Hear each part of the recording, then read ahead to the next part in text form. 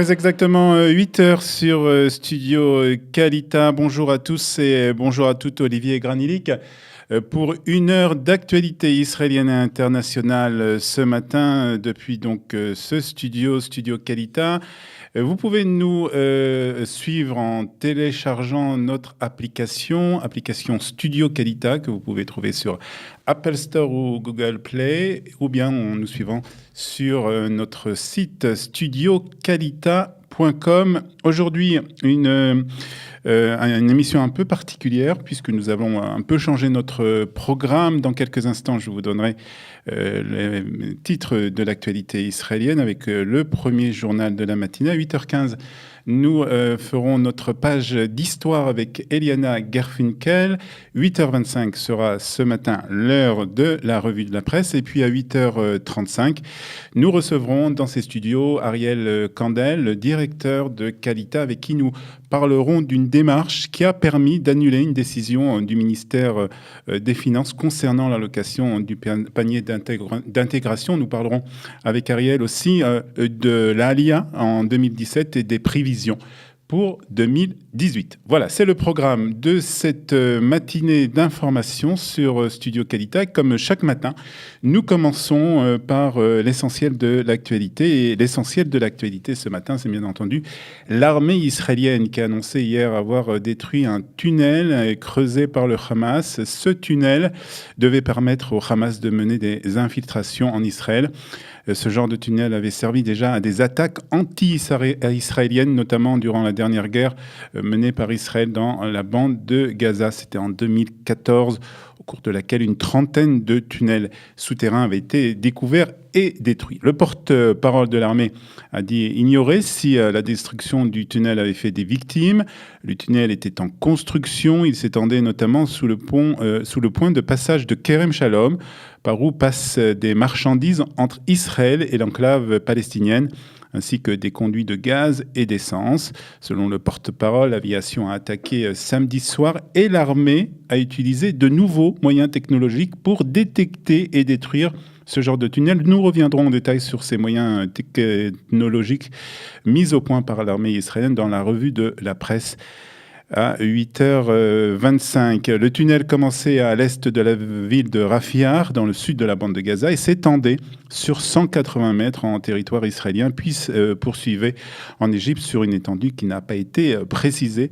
Le porte-parole indiquait que l'opération de destruction avait été coordonnée avec l'Égypte. Puis au titre de l'actualité ce matin en Israël, c'est le Premier ministre israélien Binyamin Netanyahu qui est arrivé hier dans la matinée à l'aéroport de New Delhi où il a été accueilli par son homologue indien Narendra Modi. Binyamin Netanyahu effectue une visite officielle de 5 jours en Inde. Il est accompagné pour ce séjour qualifié d'historique par 130 hommes d'affaires israéliens. Le directeur général adjoint du ministère des Affaires étrangères pour l'Asie, Gilad Cohen, a affirmé que ce voyage a pour but d'approfondir les liens politiques, commerciaux et culturels entre l'Inde et Israël. Rappelons qu'Israël est un gros fournisseur de matériel militaire pour New Delhi, avec environ $1 milliard d'équipements vendus chaque année. À son arrivée, Binyamin Netanyahu et son épouse se sont rendus à un mémorial, un hommage aux soldats indiens qui ont combattu pour la libération de Haïfa pendant la Première Guerre mondiale. Voilà, nous reviendrons aussi, bien entendu, dans la revue de la presse sur ce voyage en Inde, un voyage qui est très commenté ce matin par la presse israélienne. Je dis qu'il n'y a plus d'Oslo. Israël a mis fin à Oslo. Ce sont des déclarations faites par Mahmoud Abbas, un Mahmoud Abbas qui a apparu sous son vrai jour. En effet, le président de l'autorité palestinienne a pris la parole devant 100 membres du Conseil central de l'OLP qui était réuni hier à Ramallah.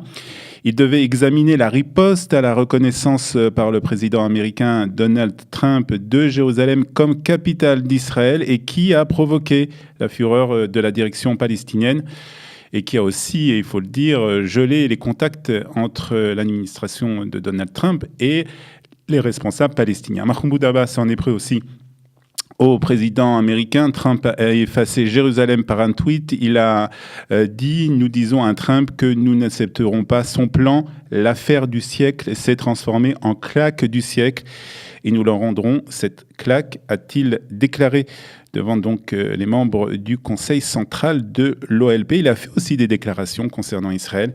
Israël est un projet colonial qui n'a rien à voir avec les Juifs, a affirmé le président de l'autorité palestinienne.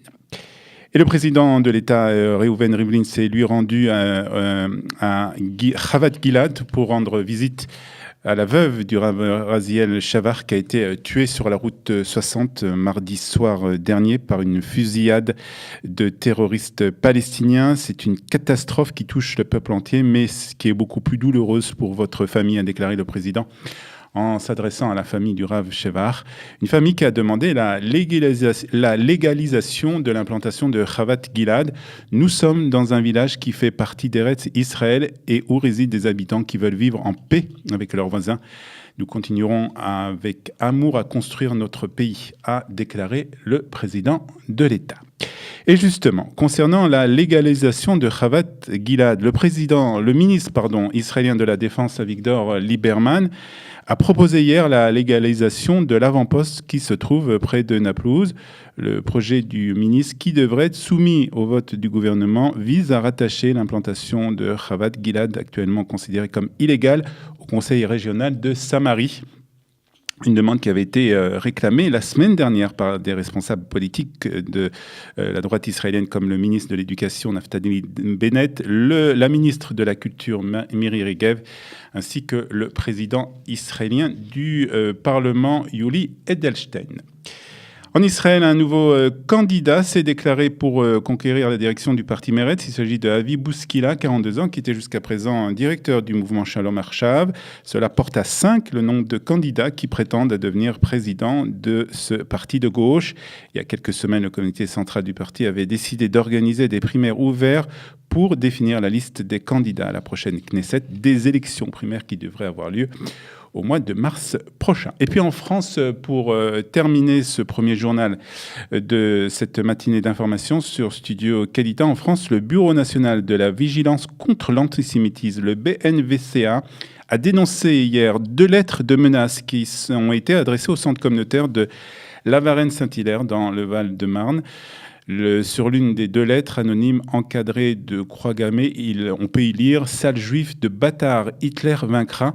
Et sur l'autre, après Créteil, c'est vous, bande de bâtards, qui allez brûler dans le quartier, a donc cité un communiqué du BNVCA. Les dirigeants de la communauté de la Varenne-Saint-Hilaire ont déposé une plainte. Nous demandons au service de police de tout mettre en œuvre pour identifier le ou les auteurs de ces courriers antisémites, a demandé le président du BNCVA. Ces lettres font suite, il faut dire, à l'incendie qui s'est déclaré dans une épicerie cachère à Créteil le jour de la commémoration de l'attaque contre l'hyper cachère, une attaque qui avait eu lieu le 9 janvier 2015, et aussi après qu'une élève d'une école juive du Rincy ait été attaquée. C'était mercredi dernier. La météo, pour terminer, il fait froid ce matin, il va faire froid toute la journée en Israël, puisqu'il fait 18 degrés à Tel Aviv, 11 à Jérusalem, 18 degrés à Haïfa et 21 degrés à Eilat.